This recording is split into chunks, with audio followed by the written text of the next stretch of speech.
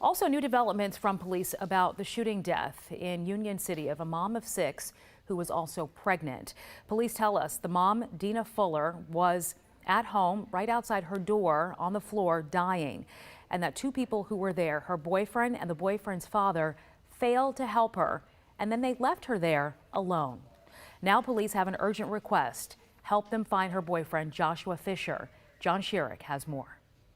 She was living her life loving her 6 children, the oldest 15, the youngest still an infant, and Deanna Fuller was pregnant again and happy, says her close friend from childhood. Very loving mother, very protective, and it's absolutely devastating. It's unreal. Deanna Fuller lived in a ground floor apartment at a complex on Hightower Road in Union City, along with the father of her unborn child, Joshua Fisher, and Joshua's father, the unborn child's grandfather. Late Sunday night, all the children except the infant were away, and a man called 911. Detective Ronnie Allen says first responders found Deanna Fuller on the ground just outside the front door, apparently shot in the head, still alive, but unresponsive. No one else was at home. Deanna and her unborn child died later at the hospital. Then Detective Allen says, while investigators were still at the apartment, the grandfather of Deanna's unborn child returned home and told police he was there earlier, but he'd been asleep in his room. And when he woke up, he went outside and discovered Miss Fuller on the porch, and he and Joshua and